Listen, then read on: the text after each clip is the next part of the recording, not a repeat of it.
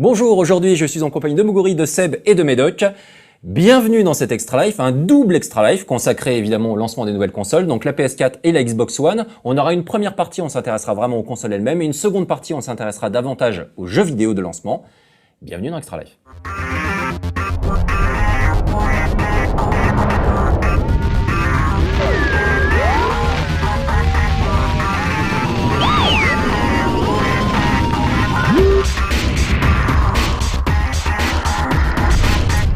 Alors les consoles, c'est quand même un événement, ça fait 7-8 ans qu'on attend maintenant la sortie de ces nouvelles consoles. Toutes les deux là aujourd'hui sont disponibles, donc la Xbox One est sortie il y a une semaine et la PS4 est sortie là, hier tout simplement. Donc si vous regardez cette émission au moment de sa diffusion. On va parler très brièvement des grosses infos sur ces machines que vous pouvez voir là maintenant devant nous. Donc pour le prix, donc la Xbox One coûte 500 €. Et donc on peut l'acheter avec un jeu supplémentaire pour 530 €, que ce soit Call of Duty ou FIFA. Et la PS4 coûte 100 € moins cher, donc elle peut être achetée à 400 € avec la possibilité d'acheter un pack avec Killzone qui coûte lui 440 €. Et évidemment, il faut rajouter à cela, c'est quand même l'une des grosses nouveautés de cette génération, le prix de l'abonnement. Donc autant sur la Xbox 360, il fallait déjà être abonné Gold pour pouvoir jouer online. Et désormais, ce sera la même chose pour la PlayStation 4, qui nécessitera un abonnement PlayStation Plus pour pouvoir jouer online. Et également profiter de toutes les offres spécifiques du pack PlayStation Plus, avec les jeux gratuits qui vont avec, etc. Avant de poursuivre plus avant, on va tout de suite attaquer par un petit sujet consacré au hardware de ces consoles. On va tout savoir en gros qu'est-ce qu'il y a à l'intérieur exactement, quelle est la machine la plus puissante des deux. Tout de suite, un sujet qui nous a été préparé par Seb. Historiquement, les consoles étaient mieux adaptées que les ordinateurs pour le jeu vidéo. Des microprocesseurs pas forcément très puissants étaient épaulés par des puces graphiques spécialisées, ce qui leur donnait de gros avantages dans les jeux 2D. Avec l'arrivée de la 3D, tout a changé, et ce sont désormais les ordinateurs qui mènent la danse. La dernière génération de Microsoft et Sony avait déjà vu les constructeurs faire appel aux fabricants de cartes graphiques pour ordinateurs, AMD pour Microsoft et Nvidia pour Sony. Le savoir-faire de ces créateurs de silicone est désormais incontournable, et pour leur nouvelle machine, ces deux constructeurs ont choisi la même puce, adoptant du même coup l'architecture des ordinateurs d'aujourd'hui. Le cœur de la Xbox One et de la PS4 est un APU du fabricant AMD. APU signifie Accelerated Processing Unit. Il s'agit tout simplement de la fusion sur une même puce d'un microprocesseur principal et d'un processeur de carte graphique. Ces puces ne sont pas le top du marché ultra coûteux que l'on peut trouver sur ordinateur. Le but des fabricants est de trouver un compromis équilibré, ne cassant pas le prix de la console. Le tout avec une nouvelle préoccupation, très moderne depuis le Red Ring of Death causé par les surchauffes de la Xbox 360, l'efficacité énergétique, c'est-à-dire la capacité à fonctionner sans trop consommer ni chauffer. Le modèle d'APU choisi par Microsoft et Sony contient deux microprocesseurs 64 bits à 4 cœurs de type Jaguar, ce qui met à disposition des développeurs 8 cœurs au total. Microsoft a décidé de cadencer ses cœurs à 1,75 GHz, alors que Sony est un peu plus bas à 1,6 GHz.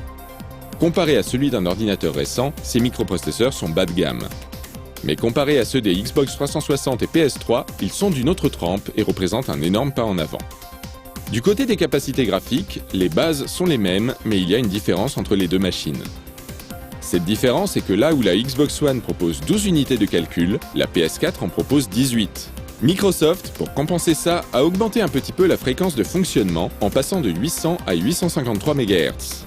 Sony est resté à 800, mais garde quand même 40% de puissance graphique en plus par défaut. La Xbox One propose quand même 5 fois plus de puissance graphique que la Xbox 360 et la PS4 7 fois plus que la PS3. Et si la Xbox One dispose de moins d'unités de calcul graphique que la PS4, c'est parce qu'elle utilise de la place sur sa puce pour avoir une mémoire de cache. Car une autre différence se situe au niveau de la mémoire. Le type de mémoire de la PS4 est de la GDDR5, coûteuse et rapide, lui octroyant une bande passante de 176 Go par seconde. La mémoire de la Xbox One, elle, est de la DDR3 classique, comme ce qui équipe les ordinateurs actuellement. Celle-ci ne propose que 63 Go de bande passante par seconde. En théorie, la PS4 a une mémoire presque 3 fois plus rapide que la Xbox One. C'est pour cela que les ingénieurs de Microsoft ont placé une mémoire cache, petite mais très rapide, sur leur processeur. C'est ce qu'ils avaient déjà fait sur la Xbox 360 et cela avait très bien marché pour cette console. Mais sur ces nouvelles machines, nous ne pouvons pas encore dire si ce cache permettra à la Xbox One de compenser entièrement la différence de vitesse. Au niveau de la quantité de mémoire, les deux consoles disposent chacune de 8 Go de mémoire vive, ce qui est vraiment très appréciable pour des consoles. Cette mémoire n'est pas disponible entièrement. Sur Xbox One par exemple, le système réserve 3 Go pour fonctionner et il en reste donc 5 pour les jeux. Les deux machines disposent sur cette génération chacune d'un lecteur Blu-ray et d'un disque dur interne par défaut. Ce sont les mêmes types de disques que l'on avait sur Xbox 360 et PS3. Ils ne disposent que de 500 Go et ne sont malheureusement pas très rapides au vu de la masse des données que vont nécessiter les jeux sur ces nouvelles machines. Sony propose de pouvoir remplacer le disque interne facilement, mais pas de pouvoir connecter des disques durs externes. Microsoft autorise la connexion de disques durs externes par USB, mais ne permet pas de remplacer le disque interne à la console. Les bricoleurs fortunés auront vite fait de remplacer le disque dur de leur PS4 par un SSD ou un hybride SSD HDD, ces disques ultra rapides, afin de diminuer de parfois près d'un tiers leur temps de chargement dans les jeux. Au niveau des périphériques, la Xbox One propose un atout de taille, la nouvelle version de Kinect, ultra précise. Cette caméra est capable de reconnaître les personnes se promenant dans son champ de vision et même de voir leur fréquence de battement de cœur grâce à ses capacités infrarouges. Et bien sûr, Kinect apporte de la reconnaissance vocale, permettant de naviguer plus facilement dans les menus et les fonctionnalités. La caméra de la PS4, optionnelle, n'est pas du tout au même niveau. Au niveau des manettes, celle de la PS4 propose un haut-parleur intégré que n'a pas celle de la Xbox One. Mais la durée de vie de la batterie de la manette PS4 est très faible, de l'ordre de 7 heures environ, alors qu'une manette Xbox One tiendra une charge d'environ 20 heures sur batterie. Ces nouvelles consoles proposent toutes les deux une architecture cohérente et facile d'approche pour les développeurs, qui vont pouvoir exploiter leur puissance dès le départ. Mis à part les jeux, c'est surtout au niveau des services que les constructeurs vont faire la différence. Le cloud Microsoft permettra d'avoir des parties multijoueurs stables et fiables, et les services PS Plus et Xbox Live Gold vont se livrer une concurrence féroce. Il y a fort à parier que d'ici 1 ou 2 ans, ces consoles seront entrées dans nos vies d'une manière que nous n'imaginons même pas encore aujourd'hui. Ah oui, comme tu vois Thierry, ce sont des consoles qui maintenant sont des PC, clairement. Sont pas les premières à s'être orientées vers l'architecture PC. Tu te souviens de la toute première console dont c'est l'anniversaire là, qui était un petit peu un PC déjà à l'intérieur? Petite larme quand même pour la Dreamcast. Donc la console qui proposait déjà à son époque un certain nombre de nouveautés réelles, comme une connexion Internet. C'est eux qui avaient tenté les premières expériences avec le jeu online, etc. Et en effet, c'était un PC, donc une console très facile à programmer, mais qui malheureusement n'a pas trouvé son public. Donc mais en tout cas, avenir, celle-ci. En tout cas, voilà, on a deux machines, donc elles ont des différences de puissance, de périphériques. Après, la puissance ne fait pas tout. Hein. Je veux pas citer l'exemple de la Game Boy qui a roulé le world complètement sur toutes les consoles portables pendant des années. Alors même qu'en face, tu avais des mastodontes comme la Jaguar, la Lynx, pardon. La Lynx. Ouais. Non, c'était un félin. Oui, mais ouais, voilà. Donc, c'est des consoles qui clairement sont plus puissantes que la génération d'avant. Ça, il y a aucun souci là-dessus. Elles vont pouvoir proposer plein de choses. J'ai l'impression un petit peu qu'ils savent pas encore justement comment exploiter au niveau de l'interface toutes les possibilités. On va y revenir sur l'interface. Ouais. Moi, j'avais quelques questions. Donc, déjà, la première, elle a vraiment une question extrêmement bête pour les gens qui se demandent, mais laquelle est la plus puissante exactement? Est-ce que tu répondrais comment? Est-ce qu'on peut déjà déterminer si l'une ou l'autre est plus puissante? Oui. On reviendra un petit peu sur la partie consacrée aux jeux vidéo de cet Extra Life. Il est clair qu'il y a des différences qui s'affichent sur les jeux d'éditeurs tiers. Par exemple, sur un Need for Speed Rivals ou un Battlefield 4, les jeux sont plus jolis sur PS4 que sur Xbox One. Mais est-ce que ça signifie clairement? Ouais. La PS4 est un peu plus puissante. Okay. Mais c'est pas... après... qu'est-ce que ça va donner exactement pour les jeux? Ça... c'est pas forcément clair. Donc, il y a un point de vue sur les premiers titres qu'on voit qui ne veut pas forcément dire que ce sera comme ça à l'avenir. Il y a un point de vue qui est d'avoir des jeux en un peu moindre résolution sur Xbox One. Ouais. Au niveau calcul interne, parce qu'après, il y a un upscale qui fait que de toute façon, ça sort en 1080p des deux côtés. On voit des exemples, les Battlefield, les jeux cross-platform qui sont en 720p côté Xbox One, et puis plutôt pas forcément en 1080, mais plutôt en 900p côté PS4. Et après, c'est upscalé. C'est un peu décevant de ne pas avoir du 1080p comme c'était la promesse de cette génération. Et 60 images par seconde. Mais voilà, par contre, pas le cas. Ils essayent, pas pour tout.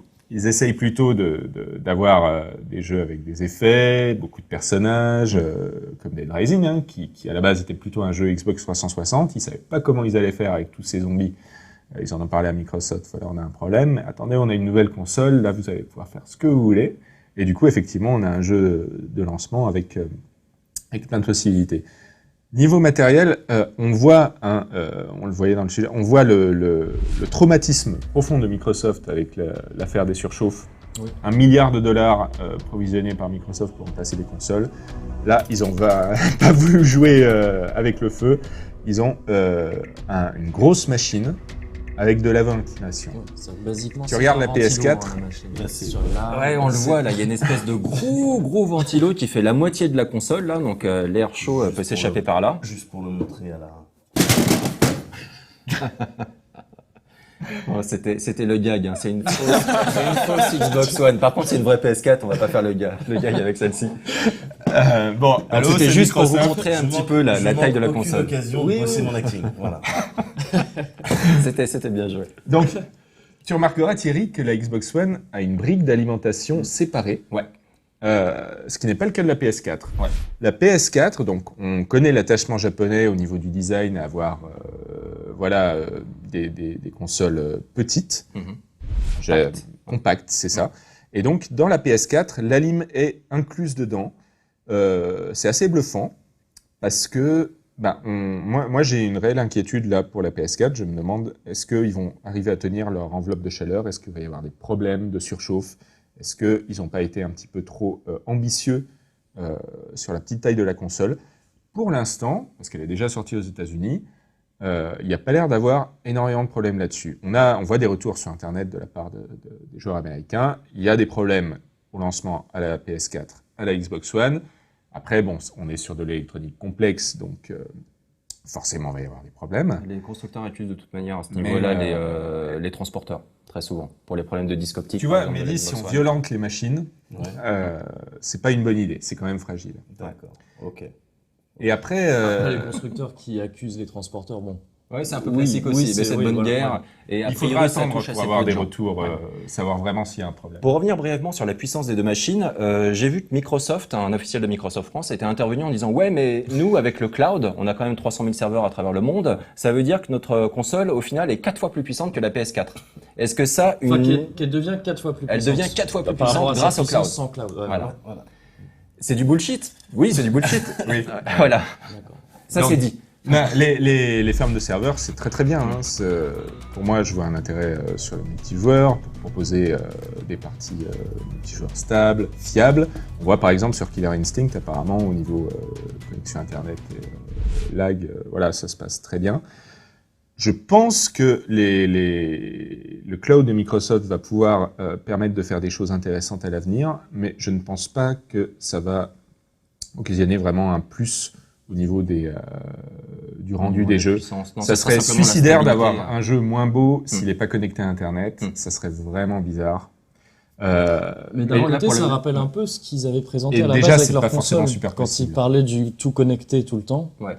peut-être qu'à la base, ils avaient pensé...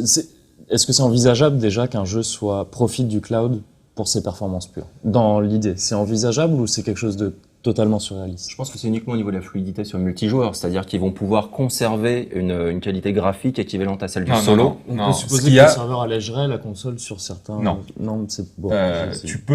Tu peux envisager de faire ça, mais le temps de l'aller-retour réseau vers les serveurs de Microsoft, en considérant que tu as une connexion déjà bien, Ouais. ne permet pas de faire ça à chaque image de rendu Ouais, de la d'accord, machine. ok. Donc tu peux imaginer mettre en place un système pour aller calculer des choses qui sont complexes, comme des simulations peut-être de nuages en prévoyant à l'avance, machin, des choses qui n'influent pas sur le gameplay, où là tout peut changer à chaque image. Ouais. Mais honnêtement, enfin non. Ouais, d'accord. Non. Ok. Ce qui est intéressant avec la puissance de calcul graphique un petit peu supérieure, enfin 40% supérieure de la PS4 et sa vitesse mémoire très rapide, c'est que sur ordinateur, on commence à utiliser la puissance de calcul graphique, les cartes graphiques, pour faire des calculs autres que les graphiques. Par exemple, on a des simulations de rochers, de draps, de tout ce qui est textile, des choses qui n'ont pas d'impact sur le gameplay. Ça, c'est maintenant quelque chose qu'on peut demander à la carte graphique de calculer. Et c'est quelque chose qui pourra potentiellement être exploité par la PS4. On peut imaginer qu'il y ait le même jeu qui qui fonctionne sur Xbox One et PS4, et que la PS4 ait un petit peu plus de débris dans les explosions, de tentures qui volent. C'est quelque chose qui existe déjà sur PC. Le même jeu, je pense par exemple à Mirror's Edge, si on active le mode calcul sur la carte graphique, va avoir des débris en plus, des tentures, des effets comme ça. D'accord. C'est pas vital pour le gameplay, bien sûr. Mais ça peut être intéressant. Autre question, sur la Xbox One, on a entendu parler un petit peu qu'elle a été overclockée. Donc, est-ce que ça peut avoir une influence sur le fait que la machine puisse chauffer et cramer au bout d'un moment? Est-ce que c'est quelque chose qui doit être inquiétant?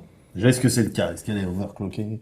Je crois que c'est pas tout à fait ça, en fait. Alors, on le voyait dans le sujet de la hardware, elle est effectivement cloquée un petit peu plus Ouais. que la PS4 au niveau du processeur, 1,75 GHz contre 1,6, et au niveau graphique, 853 MHz contre 800. Je pense que ce qui se passe ici, c'est que au niveau de la Xbox One, il y avait la volonté d'avoir Kinect en plus, Kinect qui est vraiment une super caméra, une super pièce de hardware géniale, mais qui coûte de l'argent à rajouter à la console, que pour être compétitif du coup, ils pouvaient pas vraiment avoir de la mémoire aussi rapide que la PS4, Sinon, donc il aurait ils ont mis en coûté place 200 € leur plus cher. cache, du coup ils avaient moins de place pour avoir des performances graphiques. Je pense que ça se trace jusqu'à Kinect. Bon, après c'est un pari. Et donc ils ont cloqué un petit peu plus. C'est pas overclocké. On dit overclocké quand tu le fais chez toi, que tu dépasses les recommandations de la machine. Voilà. C'est un choix qu'ils ont fait. C'est pas du tout normalement foufou parce que si on regarde l'APU faite par AMD, donc le cœur des consoles, elle peut aller jusqu'à 2 GHz. Voilà, normalement sans trop de soucis. Après, c'est un choix au niveau de la consommation d'énergie, au niveau de la chauffe. Je pense qu'ils ont fait énormément de tests.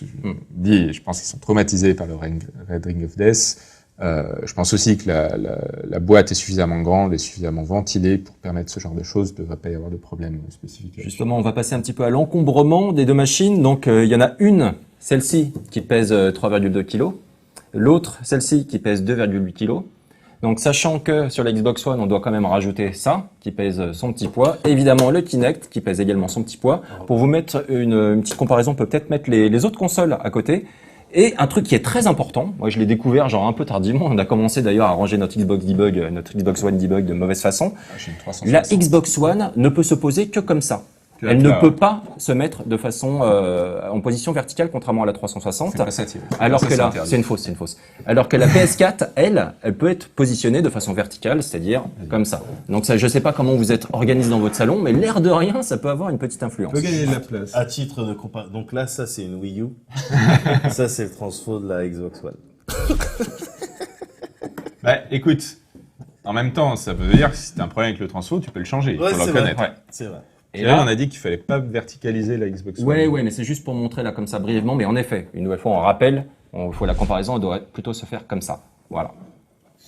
Ouais, c'est plus gros. C'est clairement plus gros. Ensuite, à l'essai, on a constaté, elle est nous... pas forcément beaucoup plus grosse que la première Xbox 360. Quand tu vois que ça, c'est la Slim, Ouais. qui est déjà quand même bien C'est plus petite que la première 360. Oui, on a mis les slims Elle est sur quand la même- PS3, le 360. Ouais. Elle est quand même un petit peu plus grosse que la toute première Xbox. Mais par contre, Celle plus dont grosse. Internet a beaucoup ri. Ouais. Et là, personne ne se moque. Enfin, Et là où Internet a le plus ri, c'est sur la manette de la première Xbox, Mais qui c'est était peut-être juste aussi ridicule. son design, tu vois, elle a vraiment une tête de brique qui fait qu'elle fait encore plus grosse qu'elle l'est. mais on dirait un magnétoscope. Ouais, VHS, c'est quoi. ça. Et le fait qu'elle ne Là, c'est puisse mieux. être positionnée que comme ça renforce la comparaison qu'on a faite dès le départ avec un magnétoscope VHS et que tout le monde fait un petit peu et qui est vrai. Et je trouve ça d'autant plus gênant à partir du moment où l'une comme l'autre ne sont absolument pas rétrocompatibles. C'est-à-dire que si tu les achètes maintenant, elles vont devoir cohabiter dans ton salon avec Avec celles qui sont déjà la old gen maintenant. Tout à fait. Et bon, c'est des considérations qui sont un peu externes, mais l'air de rien, il faut en faire rentrer tout ça. Ouais, bien sûr. Si tu avais en plus un Kinect sur ta précédente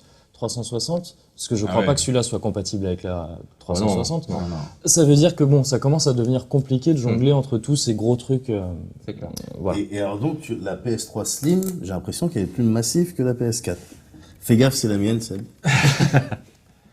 Peut-être quelques sauvegardes de RPG. Effectivement, Médoc, elle est... En fait, c'est le fait de bomber la console, bon, c'est un choix, peut-être pour l'amincir, mais si tu regardes par Moguri, à côte, elle est quand même plus épaisse et un petit peu plus large C'est léger, mais l'aspect de la PS4 est relativement bien trouvé parce qu'elle Moi, j'aime elle bien le fait, design. elle fait compact. Ouais. J'aime bien le design, je trouve qu'il y a un effort qui a été fait. J'aime bien aussi la petite lumière qui apparaît là sur le côté pour t'indiquer si elle est en route ou pas. J'aime bien aussi la possibilité de pouvoir la mettre en veille de manière à ce que ça puisse la console peut continuer à télécharger des patchs pour les jeux, à télécharger des choses ou simplement à recharger la batterie de la manette. Donc il y a des petites utilisations comme ça qui sont plutôt pas mal. On va passer à autre chose maintenant, on va passer à l'interface. Donc c'est quelque chose de très très important. Et pour l'interface, donc on a des images qui illustrent un petit peu là notre propos. Donc sur la Xbox One, clairement, lorsqu'on se connecte la première fois, c'est un petit peu intimidant. On a un système de multifenêtrage qui rappelle un petit peu Windows 8. Et donc du coup, il y a vraiment beaucoup de fenêtres, il y a beaucoup de choses à télécharger dès le début. Et on a la possibilité de jouer et de faire d'autres choses en même temps. Donc de Skyper par exemple avec ses potes, ou alors de balancer un tweet, ou alors de regarder la télé, ou alors d'aller sur Internet, ou enfin on peut faire plein de choses tout en jouant. Donc ça c'est plutôt pas mal, mais il est clair que c'est inquiétant au début. La première fois qu'on se connecte, c'est un peu genre waouh, il y a beaucoup de choses. Il y a plein de mini fenêtres. Voilà. La PS4 c'est beaucoup plus soft. Ils ont clairement amélioré. Moi je préfère l'interface de la PS4 à celle de la PS3 qui était parfois un petit peu fouillis, même si on finissait par se retrouver. Et surtout j'apprécie énormément le fait que ça aille plus vite. Donc vous avez tous eu l'occasion sans doute si vous avez une PS3 d'aller par exemple sur le shop, d'aller dans la boutique, et la boutique, pour simplement se déplacer dans les menus de la boutique, c'était une horreur. Sur PS3, ça allait à 2 à l'heure, tu ne comprenais pas. Mais donc là, ça va beaucoup plus vite. Le menu, hein, appeler le menu, parfois t'avais des icônes de chargement sur les icônes de base, quoi. Oui, c'était. Ensuite, on verra l'expérience. La PS4 à chaque fois qu'on installe un jeu ou qu'on met un jeu dans sa console, il y a un icône qui apparaît sur l'écran principal et cette icône restera là. Et donc au bout d'un moment, lorsqu'on installe pas mal de jeux, la ligne s'allonge. C'est intéressant parce que lorsqu'on va directement dans le jeu, évidemment on peut pas le lancer si on n'a pas mis le Blu-ray à l'intérieur, mais on peut quand même accéder aux informations liées au jeu, c'est-à-dire ses derniers succès, les dernières activités de ses amis sur ce jeu, etc. Donc il y a tout un panel d'informations qui est intéressant, mais par contre ça se multiplie sur l'écran et l'écran au bout d'un moment peut-être être super chargé, super lourd, etc. C'était un peu le cas sur Vita déjà. C'était le même principe. Alors bon, sauf que t'étais pas encombré sur Vita parce qu'il y avait pas assez de jeux pour ça, mais c'est le même principe. En fait, ils reprennent un peu le même principe où au bout d'un moment, tu te retrouves avec plein de. Alors jeux. à mon avis, moi je vous le dis tout de suite, les interfaces actuelles, dans un an, elles auront peut-être rien à voir. Ils auront appris les possibilités des consoles, ils changeront tout. Maintenant, moi ce qui m'inquiète le plus, c'est que là on a des jeux qui viennent sur Blu-ray, qui sont gros, qui demandent une installation, pas forcément complète, mais qui prennent de la place. Ouais, qui prennent beaucoup Et de place. les disques durs sont de 500 gigaoctets. Un Blu-ray, un jeu sur Blu-ray, c'est facilement 30-40 gigaoctets. Même déjà sur PS3, si tu regardes. Ça va vite être limité. Donc là, on a vu dans le sujet, on peut changer le disque interne de la PS4, on peut pas en rajouter. On peut pas changer le disque interne de la Xbox One, par contre là, on peut en rajouter. Qu'est-ce qui va être le plus intéressant à terme? Je ne sais pas, mais la place va être vite réduite. Clairement, moi, en termes d'habitude, il est clair que je préfère brancher un disque supplémentaire sur une console. C'est un truc que j'ai déjà fait sur ma télé. Alors que changer le disque de ma PS4, c'est-à-dire l'ouvrir, même si le système la permet de glisser, c'est censé être relativement facile. Moi, c'est un truc qui m'inquiète. Tu vois, je suis pas un bidouilleur PC, donc c'est pas quelque chose qui est naturel chez moi. C'est Donc je peut-être trouve plus rassurant. intimidant, mais je pense que c'est pas très compliqué. Surtout, a priori, ça reviendra moins cher. Enfin, il me semble que c'est une tendance qui se constate qu'à capacité égale, un disque dur interne a tendance à coûter moins cher que un disque dur externe. Ça dépend, parce que les internes sont forcément très petits. Ouais, et donc c'est une catégorie spéciale. Oui, c'est vrai que oui, tu peux pas Après, mettre n'importe voilà, quel tu as la dedans. possibilité de mettre un disque dur très rapide, Un SSD, plus par cher, exemple. SSD, SSHD. Ce qu'il y a, c'est que comme ce sont des disques durs qui restent assez lents, ça veut dire, et qu'on a plus de données, ça veut dire des temps de chargement vraiment plus longs. Et ça va vite être gavant, honnêtement. Hein.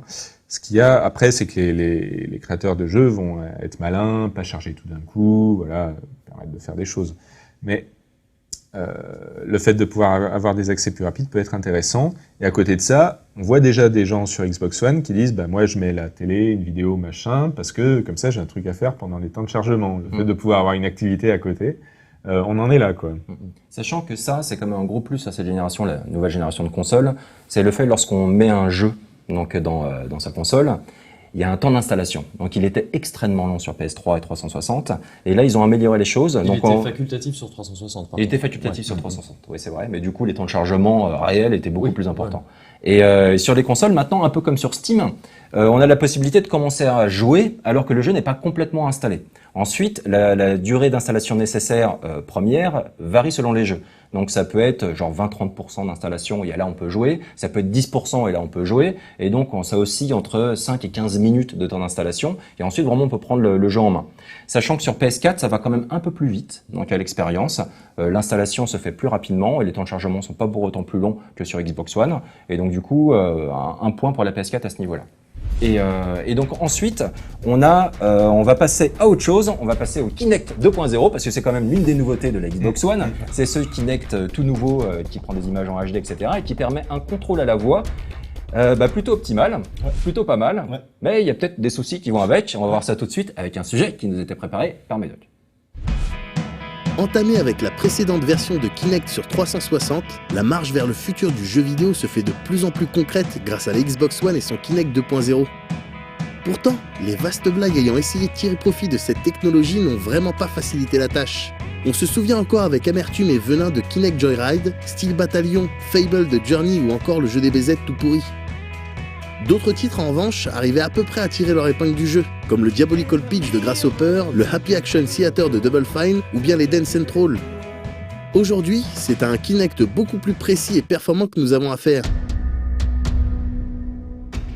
Et si les jeux présents à la sortie de la console ne mettent pas forcément en lumière cet upgrade technologique, on peut toutefois la constater en partie à travers la dimension commande vocale. Xbox désancré.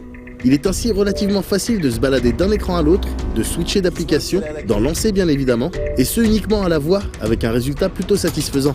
D'ailleurs, en appelant sa Xbox, un guide qui récapitule toutes les commandes disponibles s'affiche. Page suivante. Page précédente. D'une manière générale, lorsque la feature de commande vocale est active, tout ce qui est écrit en vert à l'écran peut être choisi. On peut par exemple lancer n'importe quel jeu quand on veut. Xbox allez à Forza Motorsport 5. Le problème se situe au niveau du quand on veut. Xbox allez à Forza Motorsport 5. C'est quand tu viens je suis en active.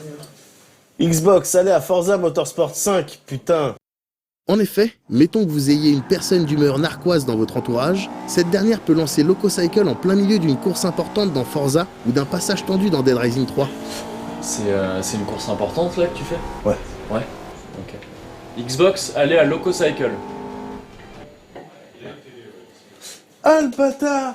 La tristesse, c'est que pour le moment, aucun message de type « Attention, vous allez perdre toute votre progression, êtes-vous sûr de vouloir continuer ?» ne s'affiche. Xbox allez à Forza Motorsport 5. Xbox, allez à Lococycle. On regrette aussi que le moteur de recherche utilisant la puissance de Bing pour trouver du contenu sur le Xbox Live ne soit pas encore complètement opérationnel. Xbox Bing. Cela reste toutefois une manière divertissante de tester les limites de la reconnaissance vocale. Jenna Jameson. On imagine que cette technologie de commande vocale ainsi que tous les services qui l'utilisent s'affineront et s'amélioreront à coup de mise à jour dans tous les sens. Et on espère pouvoir vivre le futur d'ici peu de temps. Donc voilà Thierry, moi honnêtement, j'aime bien ce principe. J'aime bien Kinect en fait, même si jusqu'à maintenant il fait tout pour que je l'aime pas. À l'image des jeux, tous les jeux qui ont essayé d'utiliser Kinect maladroitement, mais j'aime bien parce que pour moi, ça, honnêtement, ça représente, c'est le futur. C'est non mais c'est vrai, c'est le futur. C'est comme ça que je le vois le futur. C'est-à-dire, t'arrives, tu parles à ta machine, elle te fait bonjour humain. Et enfin, tu vois ce que je veux dire? C'est comme ça. Alors certes, c'est bancal. Certes, avec ce Kinect 2.0, ça fonctionne pas systématiquement. Toutes tes commandes vocales, elles sont pas reconnues automatiquement. Mais au moins, Microsoft avec ça a le mérite de mettre une patte dans ce que va être le et futur. ça va du jeu. dans la notion, genre autant pour brièvement conclure sur la partie console, autant la PS4 est clairement un peu plus puissante que la Xbox One. La Xbox One, elle, avec cette interface multitâche, permet, et c'est à la fois une qualité et un défaut, ouvre un champ de possibilités carrément énorme, mais en même temps ça nous bloque devant notre télé. C'est-à-dire à partir du moment où un jeu va s'installer, on aura la possibilité de skyper, d'aller sur internet, etc. Bref, on restera fixé sur sa télé, alors qu'il est tout à fait possible d'aller prendre un bouquin pour aller d'aller se balader dans son appart, de sortir, de faire autre chose que de rester devant sa télé. Mais bon, ça ensuite c'est vraiment. Faut pas aller trop loin non plus. Mais tout ça, ça correspond finalement très bien à la communication qu'ont fait Sony d'un côté Microsoft, c'est-à-dire Xbox One, c'est One tout rassemblé. C'est plus qu'une console de jeu. Voilà, alors que le slogan de la PlayStation 4 actuellement, je crois que c'est For Gamers. Donc c'est-à-dire qu'ils ont concentré plus sur le jeu et la Xbox Alors après, One. Thierry, Est-ce que c'est judicieux? Enfin, ouais, c'est vrai. On verra. Tu me demandais tout à l'heure, tu parlais de puissance. Alors, il se trouve que, en fait, depuis des années, tu le sais peut-être pas, mais on peut jouer en 60 images secondes, 1080p, voire plus, à des jeux. PC. Ah, le discours. Mais oui. En fait, voilà, je vous l'apprends aujourd'hui. Et oui, ce sont des consoles qui sont grand public, qui coûtent beaucoup moins cher qu'un ordinateur, qui sont, même si on peut faire des configs, on peut faire des configs pas trop chers quand on est malin. Après, voilà, c'est jamais forcément bien compatible. On a fait des progrès dans les jeux, mais il faut toujours faire la petite config. Il peut y avoir des soucis, des drivers. Voilà, c'est ça le problème sur ordinateur. Mais sinon, là, ils ont une plateforme stable, ils engagent des gros moyens, ils ont aussi moins de problèmes avec le piratage, même si sur ordinateur maintenant on a Steam, ainsi que d'autres choses. Il y a quand même peut-être des choses qui vont changer à l'avenir avec l'arrivée justement des Steambox. Donc le fabricant maintenant de machines Valve et ses licences, l'ordinateur dans le salon. On va voir ce que ça donne, mais ça sera peut-être ça la concurrence sur les performances. Ouais, mais alors, du coup, parce que donc on a bien compris, toi t'es un joueur PC. Moi je joue à tout. Tu joues à tout, mais PC, bon quand même c'est quelque chose qui te. Mais du coup, comment tu fais quand il y a un GTA 5 qui sort, par exemple? Est-ce que t'as le venin? Est-ce que t'as envie? Mais j'ai aussi des consoles. Je te dis, je joue à tout. D'accord. Okay. Après, c'est vraiment les jeux qui motivent. Si tu me demandes de choisir entre les nouvelles consoles, là, les deux qui sortent, je te dirais. Je m'en fiche, c'est les jeux.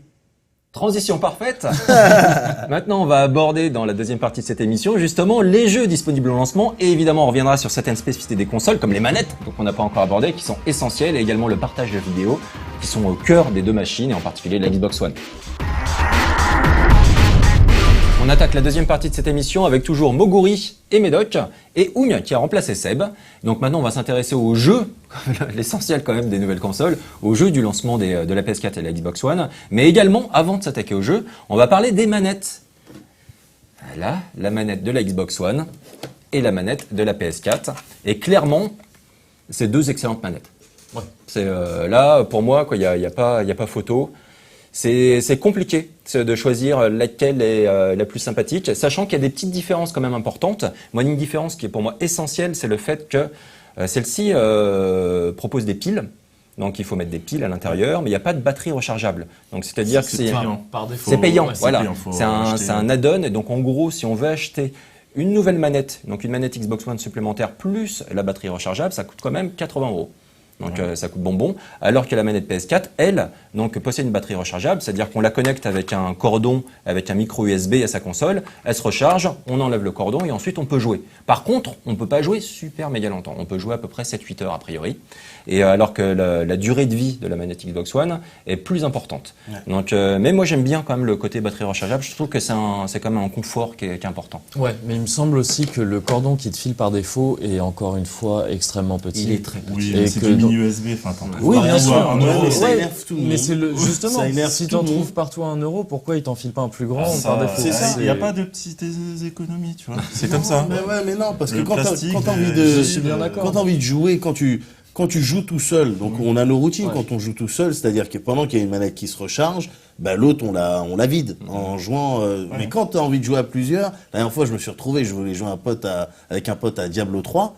Bon, pendant toute la session de notre jeu, j'étais comme un con à 20 cm de son putain d'écran. Bon, cela dit, on l'avait déjà dit, mais tu peux potentiellement brancher ça sur un ordinateur portable ou non pour la recharger. T'es pas obligé de la brancher à ta console. Non. Mais t'as Je déjà vais eu cette avoir un révélation ordinateur dans portable un à extra disposition. live. J'étais là, t'étais là. Je t'ai dit ça, t'as fait Mais pareil. non. Si, on retrouvera les archives. Mais ça reste bon, c'est un détail, mais c'est un peu énervant. C'est à chaque fois de se dire, oui, c'est quoi ces trucs ridicules. Putain, ça me dit quelque chose. Ouais.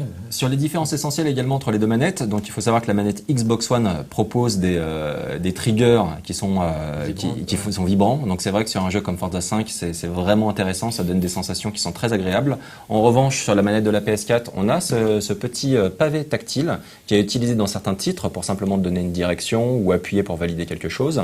Et on a également une sorte de petit micro qui permet d'avoir des dialogues qui sortent de sa manette, un petit peu comme sur les Wiimote de Nintendo. Et un haut-parleur, pardon. Et donc ça fonctionne plutôt bien. Sachant qu'ils ont également déplacé un petit peu les boutons. Donc si vous voulez en parler un petit peu, avec le bouton option qui se trouve là, et un bouton share, très important, qui se trouve ici, qui permet de partager ses vidéos donc sur Internet. Enfin, pour le coup, pour la PS4, sur PS4 uniquement, pas sur Internet, alors que sur Xbox One, c'est un peu plus ouvert au niveau du partage de vidéos. Et PS4 a le support de Twitch pour le streaming. Twitch et de Ustream. Et de Tout à fait. Ustream, quand même. Et YouTube, Oui. ça arrive dans une mise à jour. c'est ça. Et également Twitch va arriver sur Xbox Xbox One dans Xbox une mise à également. jour, je crois, bientôt au début d'année prochaine, quelque chose comme Pour ça. le stream, ouais. Alors, juste pour rester sur les manettes, il y avait parce qu'on a eu des longues discussions aussi à la rédac, mais même tout autour de moi, il y a toujours eu ce délire de, stick symétrique, stick asymétrique. Donc, c'est la raison pour laquelle autour de moi, j'ai pratiquement que des personnes, mais dont vous faisiez peut-être même probablement partie, qui étaient vraiment sur, non, moi, la manette que je préfère, c'est Xbox 360. Ouais, clairement, parce que pour les FPS, je trouvais ça beaucoup plus agréable. Ouais, Les pareil. sticks de la PS3, ils étaient beaucoup trop mous. Et les c'était sticks ont été désagréable. Les améliorés. sticks ont été améliorés, Ah ouais. mais Après, reste c'est que, juste la position, reste que ce moi. placement de stick reste aberrant pour moi. C'est plus Ouais. logique d'avoir ça Moi, j'ai vraiment aujourd'hui. pas de, ok. On s'y habitue, bien évidemment, mais c'est pas, je trouve pas ça logique.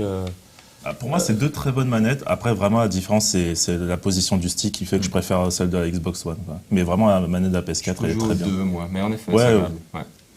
Moi, je préfère vraiment, mais ceux depuis la PlayStation 1, les manettes PlayStation, je sais t'es un pas, elles ancien. sont, je fais partie. Et la Non, mais croix, je trouve que moi, je vétéran, fais partie de j'ai ceux fait qui une étaient des convaincus de la manette de la 360 et que là, je suis plus convaincu finalement par celle de la PlayStation 4 pour quelques détails pas très importants, mais elle ressemble énormément à la manette de la 360, celle de la One, mais il y a quelques détails qui changent, notamment derrière pour des gens qui ont des grandes mains avec des longs doigts.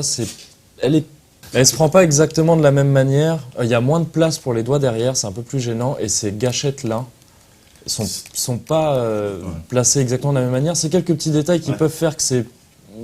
Pour des détails, finalement, ça devient très emmerdant, à mon avis, au quotidien. l'utilisation. Ouais, à Et l'utilisation. puis, en Et l'occurrence, là, pour cette maintenant, il y a manette des vraies PS4, gâchettes sur voilà. celle de la PS4. pour la PS4, pour cette manette, il y a eu des improvements dans tous les sens, à commencer par les gâchettes, effectivement, qui sont, maintenant Qui t'es plus là à empêchent les doigts de glisser comme un Ouais, con, c'est logique, tout comme les sticks sticks. qui étaient bombés, et que quand tu étais dans des situations où tu devais tenir une direction plus un truc comme ça, forcément au bout d'un moment, ça glissait, ça énervait tout le monde. Et là maintenant il y a ce petit ronflement, le rebord qui fait que non c'est moi, tu maîtrises, tu es le maître de ton stick. Par contre, je pense qu'il ne faut pas se laisser leurrer par la nouvelle croix de la manette Xbox One. Je pense qu'elle sera aussi mauvaise que celle de la Xbox 360 à terme. mieux, au contraire. Elle est C'est quand même mieux, mais pour tout ce qui est... Alors, oui, ce sera peut-être pour mieux le pour jeu tout de ce qui est, baston, tu sais, ouais. sélection dans les inventaires, Ouais, tout ce c'est qui était gestion d'inventaire via la croix. C'était infect sur 360 à cause de ça. Ce sera peut-être mieux pour ça, mais oui, il ne faut pas espérer jouer, à mon avis, à un jeu de baston. Non. Tu rentres pas je un pense Hadoken, que- un Hadoken, tu Hadoken peut-être, un rentres. Shinku Hadoken. De toute manière, pour Peut-être l'instant, pas. sur le lancement de la Xbox One, c'est jeu de baston, c'est Kill Instinct. Kill Instinct, Oui, Kill ou Instinct. alors Fighter Within. Donc du coup, on va oublier, c'est pas grave pour l'instant, la croix directionnelle. Oui, mais ça va, ouais. On va parler des jeux un petit peu. On va commencer par les exclus sur chaque console. Donc la Xbox One, elle, au niveau exclu boîte, elle a 3 jeux. On a Dead Rising 3, on a Forza 5 et on a également Rise, Son of Rome. Oui, Zoo Tycoon. Et Zoo Tycoon, tout à fait. Et Zoo Tycoon, qu'il ne faut pas oublier, qui est intéressant. Et on a également ça qu'on sur t'a invité dans PS4, ça. voilà. Et sur PS4, on a également, on a 2 exclus boîtes, puisque Drive Club a été repoussé, qui était le concurrent à Forza 5. On a Knack, donc le jeu de Marc Cerny, et on a également Killzone Shadowfall. Donc sur ces exclus boîtes, une nouvelle fois, parce qu'il y a des exclus également dématérialisés, sachant qu'on a également Fighter Within en exclu, boîte, oui, en exclu boîte. Ouais, il est sorti en boîte. C'est beau. Donc brièvement, Fighter Within, donc c'est un jeu de combat qui se joue avec Kinect 2.0, qui est développé par Ubisoft et c'est une catastrophe. Donc on va pas perdre de temps avec ce titre. C'est un des pires jeux du lancement.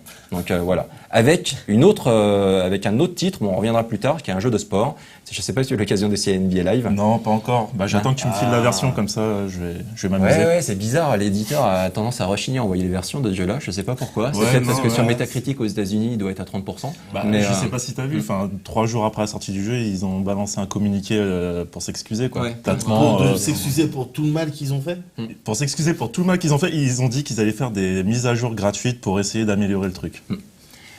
Oui, bon, non, mais ils disent qu'ils font un truc normal et ça devient un événement parce qu'ils disent gratuit.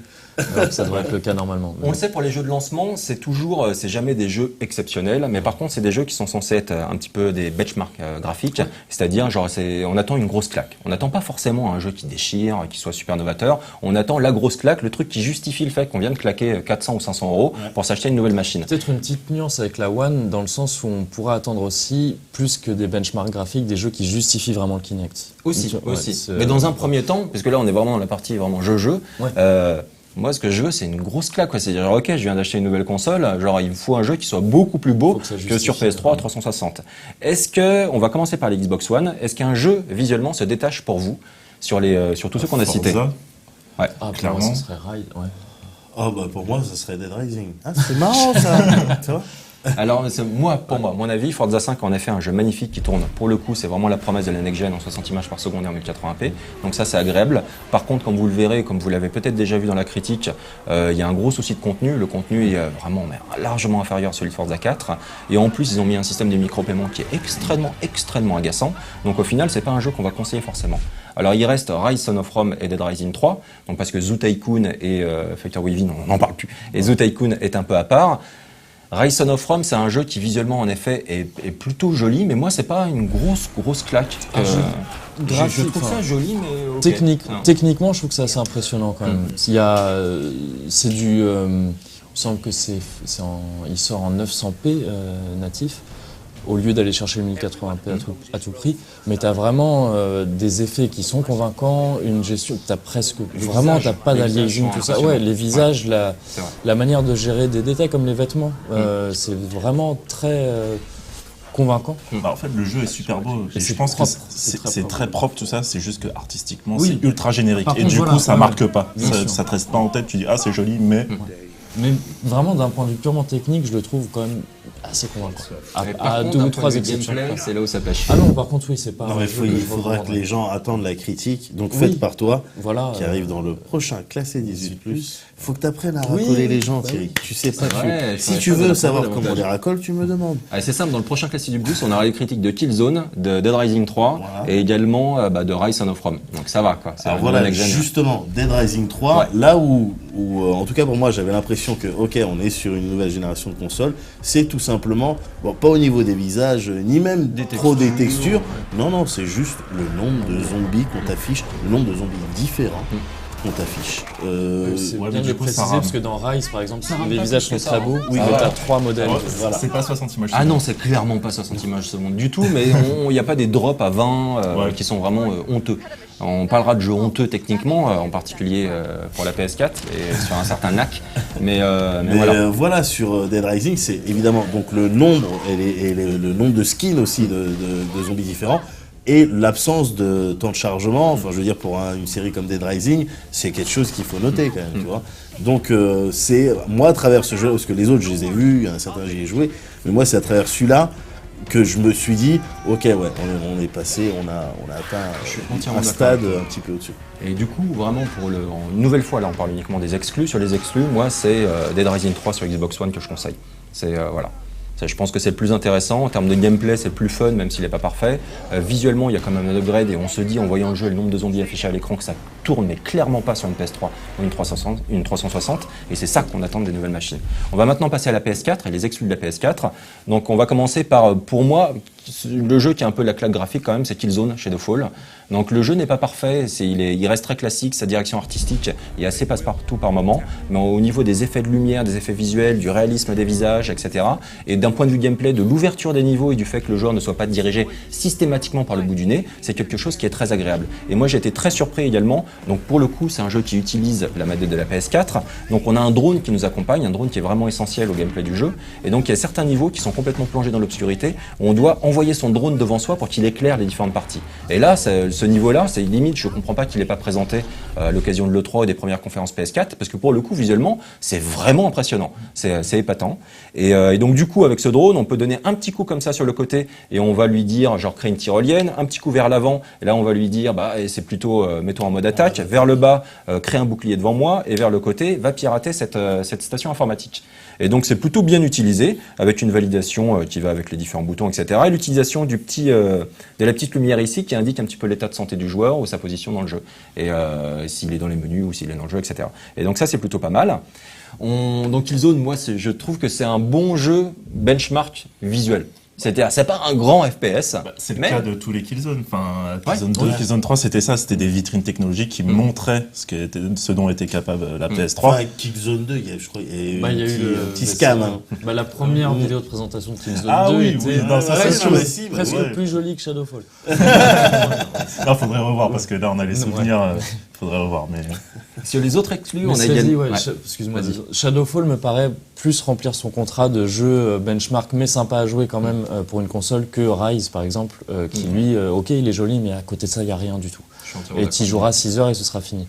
Donc de ce côté-là, Shadowfall a l'air, même si j'en ai pas eu beaucoup plus réussi. On va passer à l'autre exclu qui est Knack. Donc Knack pour le coup c'est un jeu de Marc Cerny, c'est la personne c'est un développeur vraiment culte. Hein. Il a travaillé chez Shiny, il a également bossé par exemple sur des séries emblématiques de la PlayStation comme Crash Bandicoot. Ouais. Il a également bossé que ce soit à distance ou vraiment complètement sur les séries Ratchet & Clank, sur les Jack and Daxter, etc. Donc c'est vraiment un monsieur très important. C'est lui également qui a créé l'architecture de la PS4 et donc qui a permis justement de créer une console qui s'adresse réellement aux développeurs. Et également évidemment aux joueurs.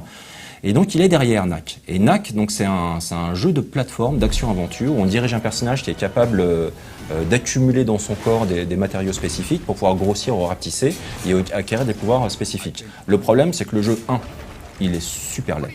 Donc il y a une direction artistique en effet, il y a un choix cartoon qui fait que évidemment c'est pas du tout le même type de jeu qu'un Killzone, mais c'est pas beau techniquement, ça rame, c'est-à-dire que ça tourne parfois en moins de 30 images par seconde, donc c'est une honte quand tu vois qu'en plus le jeu n'est pas spécialement beau, et qu'en plus c'est des couloirs, tu te fais que des couloirs sans arrêt, et t'as plein de petits effets visuels qui sont qui passeraient à la limite sur une PlayStation 1, mais déjà sur PlayStation 2 ça deviendrait limite. Donc par exemple le pop-up de monstres qui sortent du sol, t'as une sorte de petit cratère qui se crée, ensuite le cratère il disparaît complètement, t'as plein de petits détails comme ça qui font que... Mais on se fout de ma gueule ou quoi? Donc du coup, Knack, pour le coup, c'est vraiment un titre que l'on déconseille. Donc voilà, vous êtes au courant. On va maintenant parler des jeux dématérialisés. Les jeux démat, pour le coup, c'est plutôt la PS4 qui va s'en sortir. On va commencer par la Xbox One. On a du Lococycle. Un mot sur Lococycle? J'ai pas touché. J'ai pas essayé, moi, personnellement. Moi, j'y avais joué à Los Angeles, je crois, et puis j'avais revu... Ouais, t'as un mot à dire dessus, quoi. Ouais, je dis c'est rigolo 5 minutes. Et de là à l'acheter, non. Voilà. Donc ensuite, Killer Instinct. Donc là, c'est il faut aimer ce type de jeu où tu as un personnage qui permet de jouer gratuitement, mais ensuite, si tu veux d'autres personnages, il faut les acheter. Non. Moi, je cautionne vraiment le principe. Je le cautionne pas, donc même si c'est une grosse tuerie, je rentre pas dans ces délires. Mais ça me fait penser à ce détail. Ouais. Il y a une manière de gérer les microtransactions sur Xbox One qui est curieuse. Ça n'a pas de rapport direct, mais sur Forza 5 et sur Rise Son of Rome, tu as des packs pour acheter des points qui servent à acheter des choses dans le jeu. On va dire le pack de 1000 points va coûter 99 centimes, le pack de 2000 points coûte 1,99 €. Ça, c'est l'exemple pour Rise Son of Rome. Il paraît que le même genre d'écart complètement hallucinant se constate dans Forza 5. Quelle est cette histoire? Des voitures qui peuvent s'acheter 100 €. Oui, mais c'est-à-dire que plus tu vas acheter des points en grande quantité, plus tu vas payer le point à l'unité cher. Quelle est cette logique? On dirait, c'est simple, hein, on dirait, je suis parti en Thaïlande il y a quelques années, il y avait un magasin qui faisait de la promotion et il te marquait buy one, get one, buy two, get one. C'est-à-dire, ça n'a pas de non, mais sens. C'est ça, voilà, c'est ça. Ça n'a pas de et sens. il faut que les deux exemples sont sur Xbox One. Est-ce qu'il y a eu des directives? Je sais pas. Non, mais après, est-ce que c'est pas la génération qui veut ça? Enfin, tu vois, de placer de la microtransaction partout. Non, mais le fait de la placer, il n'y a aucun problème. Mais attends, 1000 points pour 99 centimes, 2000 points pour 1,99 €. Mais non, mais un collégien te dit qu'il y a un problème. Et attends, et 3000 points pour 2,99 €. C'est-à-dire qu'ils ont pas... c'est pas dégressif, quoi. Non, ça n'a pas de sens. Non.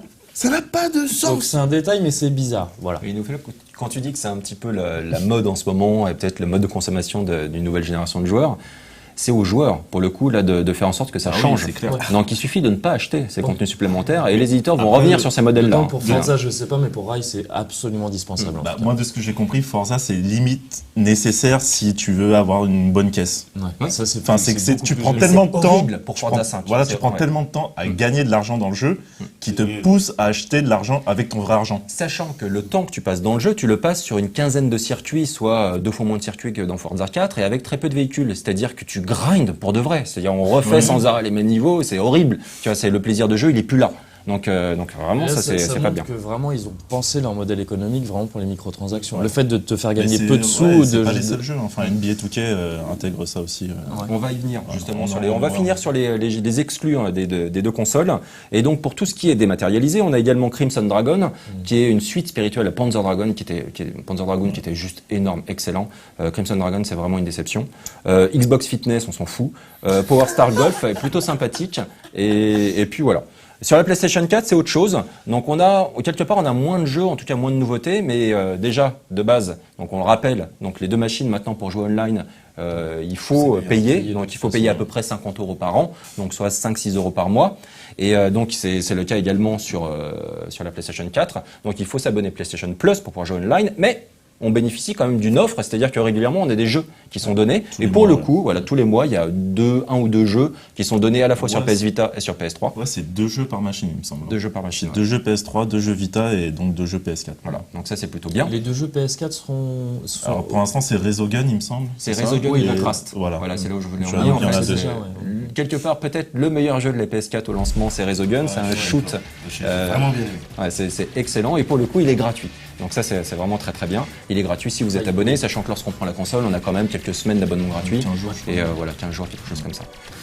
Donc voilà, et donc on en revient évidemment, la plupart des titres dont on parle, en particulier Resogun, et les jeux 18+, etc., NAC, feront l'objet de critiques dans 100%. Pas tous les jeux, mais la plupart. Et sinon, on abordera l'ensemble du line-up dans cet Extra Life, mais également dans les news 100% classiques.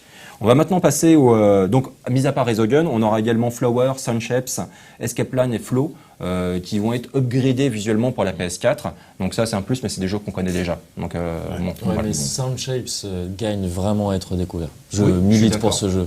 C'est un jeu de plateforme avec une vraie dimension musicale et la possibilité de créer ses propres niveaux. Vous pouvez voir la critique sur Nola Online. Et en effet, moi, c'est un jeu que j'avais extrêmement apprécié. Sur un PS4. Et Flower, ça peut être un excellent délire aussi pour ceux qui n'ont pas encore fait. Flower, j'ai passé des moments spéciaux.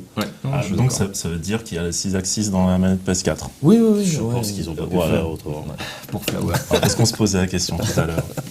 Alors maintenant, on enchaîne avec les jeux des éditeurs tiers. Donc il faut savoir quand même qu'il y a un éditeur qui se détache un petit peu du lot, c'est Electronic Arts. Ouais.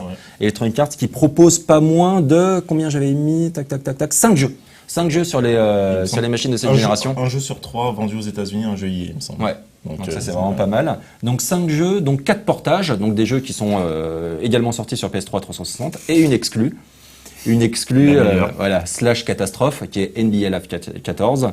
Donc on va pas s'attarder sur ce titre. Par contre, on va parler des autres. Donc les 4 autres jeux, c'est Need for Speed Rivals, qui est plutôt un jeu de course intéressant, que je conseille davantage sur PS4, puisque sur Xbox One, il est un peu moins joli, et il est un peu moins fluide également.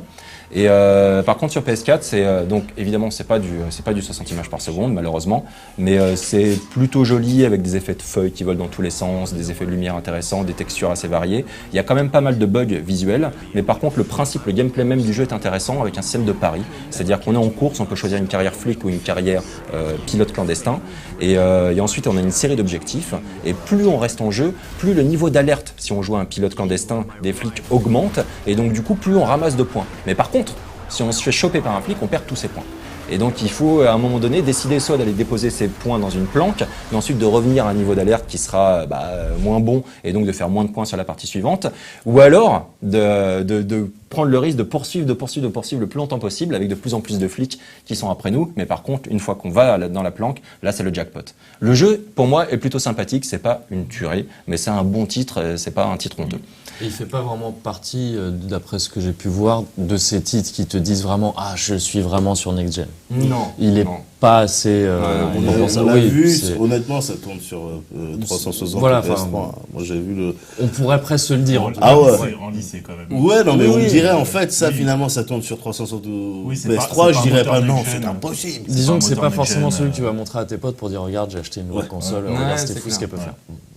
Elle est rien, moi je vais encore faire le vieux con, mais il est clair, tu ressors Burnout Paradise sur PS3, qui lui tourne en 60 images par seconde, et pour le coup c'est un tout autre jeu, hein. C'est vraiment magnifique, et j'aimerais beaucoup qu'Electronic Arts nous ressorte un Burnout, le fasse faire par Criterion, et qu'il tourne en 60. Donc ensuite, il y avait d'autres jeux également, il y a Battlefield 4, donc Battlefield 4 qui est en effet un peu plus joli, mais il était déjà magnifique sur 360 et PS3. Donc clairement, c'est pas. Il se rapproche des versions PC. Là. Il se rapproche là pour le coup des versions PC, c'est extrêmement fluide. Il rigolerait, je pense. C'est plutôt. Donc c'est plutôt impressionnant. Ensuite, Battlefield est un bon titre sans être un titre exceptionnel. Et ce qui est intéressant également, c'est qu'on retrouve le même nombre de joueurs que sur PC. Donc du coup, en multijoueur, c'est plus sympa de jouer sur Next Gen que sur PS3. Surtout sur des maps comme dans Battlefield qui sont massives où tu as des véhicules dans tous les sens, tu as envie de croiser du monde. Donc ça, c'est bien. Et ensuite, on passe au jeu de sport. Donc il y a FIFA 14, donc qui fait d'ailleurs l'objet d'une offre spéciale avec la Xbox One, donc d'un pack spécial. Pack Day One, mais je crois que c'est fini maintenant. Ah oui, c'est déjà. Il me semble que c'était que les packs Day One. D'accord, ok. Bon. Et ensuite, donc FIFA et NBA 2K. Et NBA Live. On est toujours chez on EA, est toujours pour l'instant. Ouais. Alors, FIFA. Et là, on arrête. On va parler de FIFA. Carrément, on arrête. Ouais. On arrête. Il devrait arrêter. Non, faut faire une critique. Jeter l'éponge. Oui, on va faire une critique de NBA Live. Ouais. FIFA, écoute, en termes de gameplay, c'est la même chose. Clairement, enfin, il y a soi-disant un nouveau moteur, l'Ignite Engine, machin et tout. Ce que j'allais dire, ils ont bien trouvé un terme un peu bizarre. Non, juste Engine, pass, control. Ignite Engine. Ah, c'est juste ça. Et pour l'instant, j'ai du mal à voir vraiment l'apport du truc. C'est plus joli, mais clairement, ça fait pas next-gen. Il y a les bugs avec les gros ballons quand même. On voit sur YouTube. Ouais, oui, c'est next-gen, t'as pas vu? Si, bug avec un ballon énorme qui casse le jeu complètement. Bref, donc grosso modo c'est le même jeu, hein, c'est pas un investissement indispensable. Enfin, s'il y en avait qui se disaient bon allez je vais attendre la version PS4 machin et tout, juste pour FIFA autant rester sur 3.6 ou sur PS3 parce que ça vaut pas le coup pour le moment de. Et t'auras plus de jeux online quelque part sur PS3 et 3.6. Hein. Aussi, mais bon. Très clairement. Clairement, mais après, bon voilà, c'est le même jeu, les menus il y a moins de latence dans les menus, ce genre de choses-là, mais concrètement, il n'y a pas vraiment de différence. Après, NBA Live, j'y ai pas touché encore. Mais j'ai regardé des vidéos de gameplay sur YouTube et j'ai beaucoup rigolé. Parce que tu vois, quand ils ont sorti NBA 2K11, il y a 3 ans, EA a annulé NBA. Alors qu'ils avaient fait des présentations à la presse, on avait fait des interviews, etc. Donc les développeurs commençaient à voyager un petit peu à travers le monde en disant notre jeu il sort dans 2 semaines. Et il a été killé le projet. Ça se fait très très rarement dans le jeu vidéo. C'est si proche de la sortie, non, ça se fait pas. Non mais tu vois, ils ont pris 3 ans pour le faire. Et il est moins convaincant que NBA 2K11, tu vois. Alors que c'est de la next-gen, tout ça, tu vois. Donc ça fait peur. Même si les NBA 2K, ça fait maintenant quelques années qu'ils sont vraiment en place. La plupart de la gamme sport de 2K, en fait, quand ils sont revenus... Il n'y a que NBA 2K maintenant.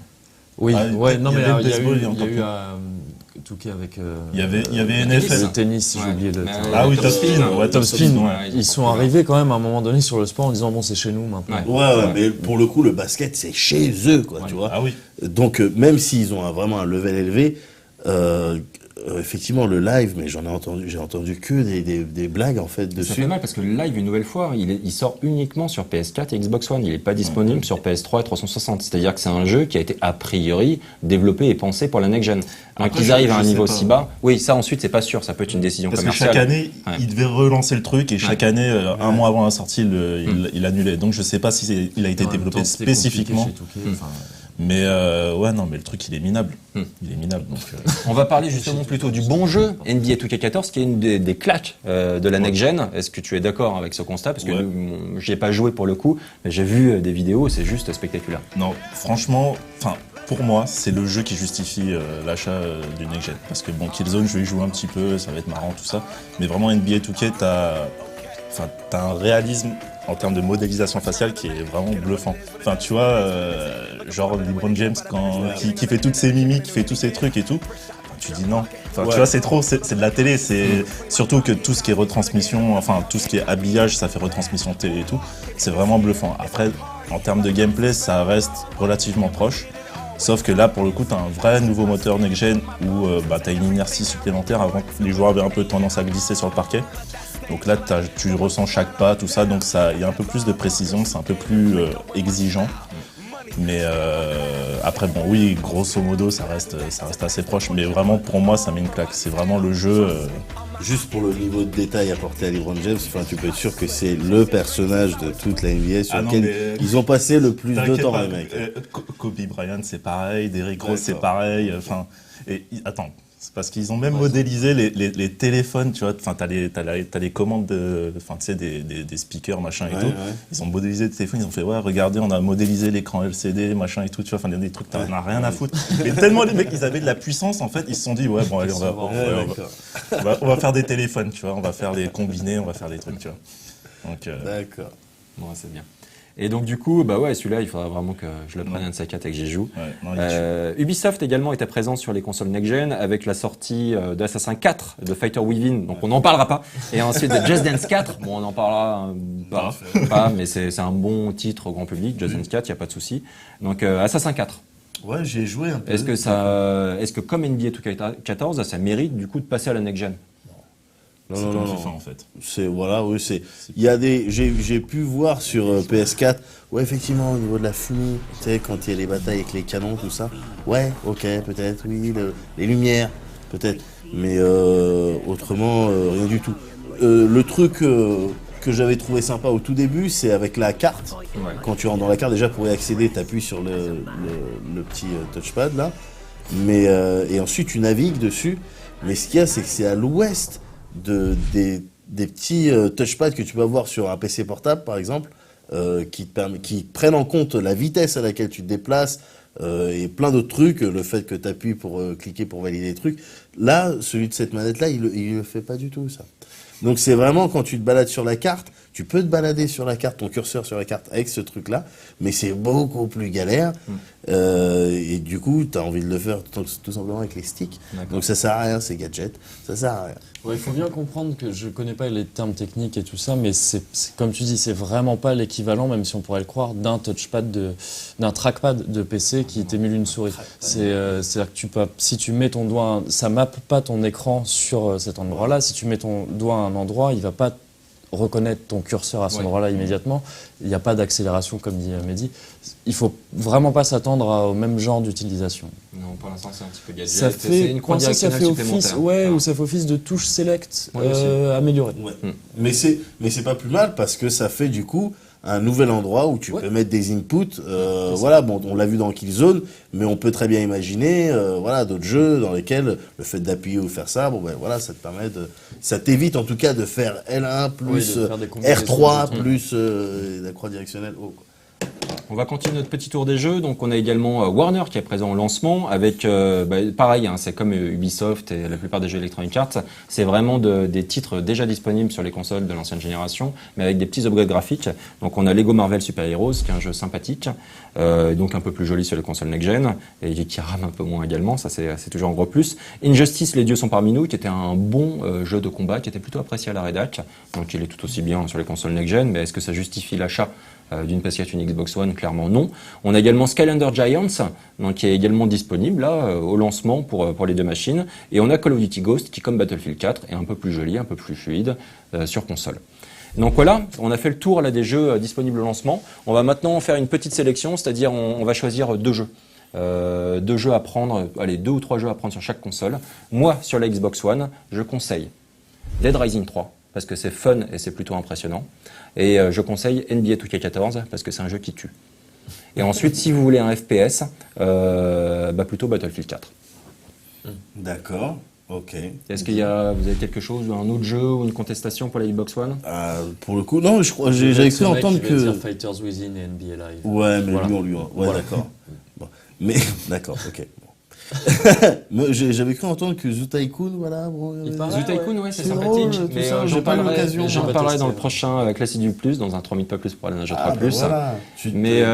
Mais non, oui, ensuite, c'est pas un jeu que je vais conseiller forcément pour, si tu dois acheter 2 ou 3 jeux, tu vas pas acheter Zoo Tycoon avec ta Xbox One, pas spécialement, quoi. D'accord. Ça- Ouais, ben non, mais moi, Dead Rising 3 et tout ça, bon, je l'ai pas encore retourné dans tous les sens, hein. Je suis en train de faire la critique pour le prochain classé 18+. Mais le premier avis, c'est plutôt ceux-là vers Ouais. lesquels on se tourne. Ensuite, sur PS4, clairement, en benchmark graphique, c'est Killzone. Une nouvelle fois, c'est NBA 2K14 parce que le jeu y tue. Et c'est également Resogun, qui pour le coup coûte rien parce qu'il est gratuit avec l'abonnement PlayStation Plus, et qui est un petit shoot 'em up conceptuel avec des petites influences Choplifter, qui est juste magnifique.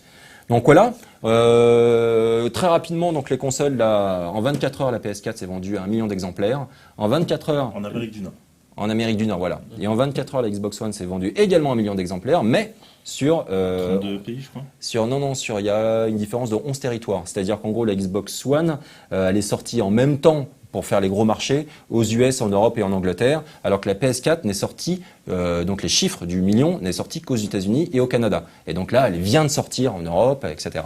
Donc du coup, les ventes sont plus impressionnantes pour la PS4. On attend un petit peu quelques mois pour en savoir plus à ce niveau-là. Juste, on aura le temps de parler de la fonction vidéo. Je pense qu'on reviendra dessus parce que pour la fonction de vidéo, vu que là, au moment où on tourne cette émission, la PS4 n'est pas encore sortie, Ouais, donc c'est les mises à jour ne sont pas complètes, donc il a été compliqué pour nous de comparer les deux machines, sachant qu'en effet, on a un bouton share, donc sur la PS4 qui permet d'enregistrer un petit clip de gameplay très facilement, mais ce clip n'est pas accessible ensuite sur un PC et les outils pour pouvoir le monter, a priori, sont quand même moins performants que pour la Xbox One. Je crois même que t'as pas d'editing sur. Je crois que t'as un Mais minimum, PS4, que mais des il faut cuts attendre. au début et à la fin. Ouais, mais voilà, mais tu peux déjà, je crois que tu peux pas accéder à tes infos, à tes vidéos brutes. Je sais pas.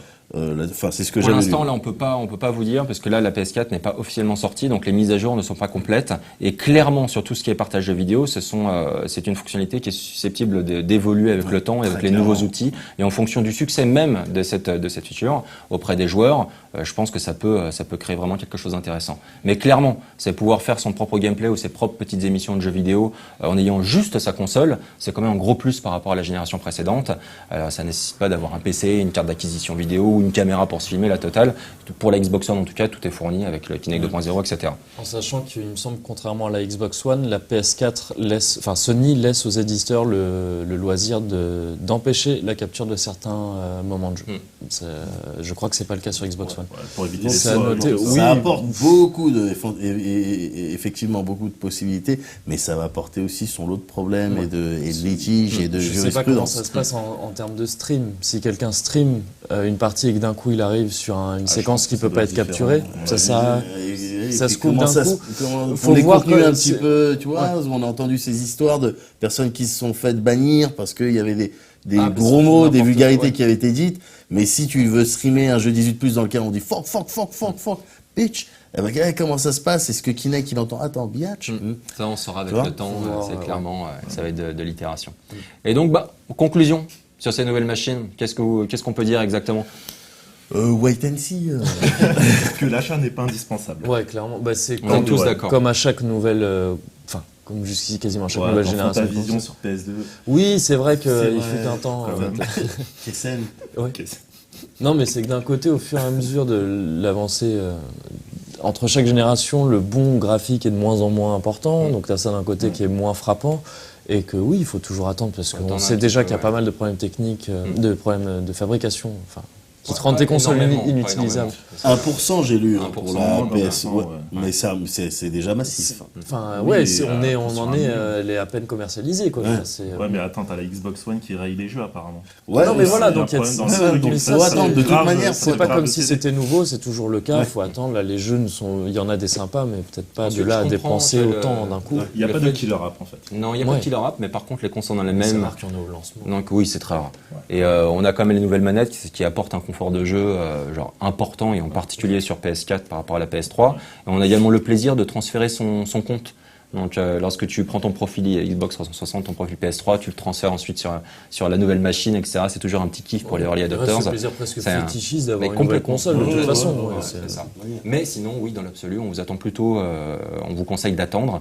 Et sachant qu'ensuite, il y a la guerre des exclus qui va prendre des proportions genre énormes dans les mois qui viennent. D'ailleurs, Microsoft vient d'annoncer la signature d'accords avec des studios japonais et des indépendants japonais. Voilà, on verra ce que ça donne. Sachant que pour nous, c'est quand même le truc qui fait mal. Donc déjà, Watch Dogs a été repoussé donc à l'année prochaine. Donc on verra ce que ça donne. Mais aussi au niveau des exclus vraiment, Titanfall qui ne sort pas sur PS4, qui sort uniquement sur 360 et Xbox One. Ça fait vraiment très mal. Ensuite, t'as quand même Sony a toujours été plus fort sur la génération précédente au niveau des exclus, avec beaucoup de studios first party qui créent des licences qui étaient extrêmement importantes, que ce soit les Killzone, les Infamous, les Uncharted, etc. Et clairement, on pourra jouer à un nouvel Uncharted ou un jeu dans le même univers que The Last of Us. C'est quelque chose qui peut nous faire pencher vers la PS4. Ensuite, on a des titres, Titanfall quand même, ça fait une grosse différence. Donc on verra, ça va se poursuivre. Est disponible sur PC. Oui, sera disponible sur PC. Et il me semble que c'est toi qui disais ça hier, et je trouve que c'est vrai. Si la PS4 est peut-être un poil plus convaincante maintenant, la Xbox One a l'air d'avoir plus de promesses en elle, notamment avec les Kinect, etc. Ouais. Donc elle a l'air d'avoir plus de potentiel. Et comme tu le disais, c'est un peu le futur. Pour moi, c'est très... Mais d'une manière générale, même Microsoft, pendant ces histoires, tu sais, quand ils avaient fait des annonces et ils se sont fait attaquer par les jeunes Internet, à raison, d'après moi, ça montrait quand même une certaine vision de l'industrie du jeu vidéo que je partage pas moi forcément, mais sur laquelle ils se sont contentés simplement de relever quelques points, quelques habitudes de consommation, et ils ont essayé de deviner vers où ça se dirigeait, toute cette industrie, les habitudes de consommation des joueurs. Et donc c'est la raison pour laquelle ils ont proposé tout le truc avec les DRM dans tous les sens et tout ça. Mais c'était une vision presque réaliste, en tout cas pertinente, vers ce vers quoi se dirige le jeu vidéo. Donc les mecs, ils sont dans le futur, tu vois. Ils sont dans le futur. Beaucoup justement, ça donnait plus l'impression d'une vision à long terme que Sony, qui avait plus l'air de dire on a une nouvelle machine plus puissante. Mais là, vu qu'ils sont revenus sur certains points, on ne sait pas ce que ça va donner. C'est qu'ils ont communiqué sur les défauts et pas sur les qualités. Vraiment la communication a été catastrophique. Ça a été catastrophique. Mais ça ne te fait pas gagner une guerre de console. Une guerre de console, c'est sur le long. Enfin, c'est une guerre de position. C'est un truc qui se fait. Mais dans le pire des cas, de toute manière, même si on se procure la PS4 ou la Xbox One, on pourra toujours jouer dessus à nos jeux PS3. Ah non.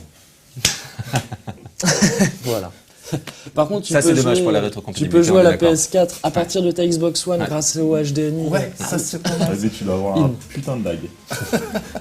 Bon voilà, on espère que vous avez apprécié un petit peu et appris beaucoup de choses, et peut-être que cette émission vous aura aidé à choisir si vous décidez de prendre pour les fêtes de fin d'année une nouvelle console. Donc sachant qu'on vous conseille quand même d'attendre un petit peu et peut-être de prendre plus de jeux sur PS3 et 360 en attendant. Et donc voilà, on se retrouve très bientôt pour un prochain Extra Life, et c'est promis, on parlera aussi de Nintendo et de la Wii U.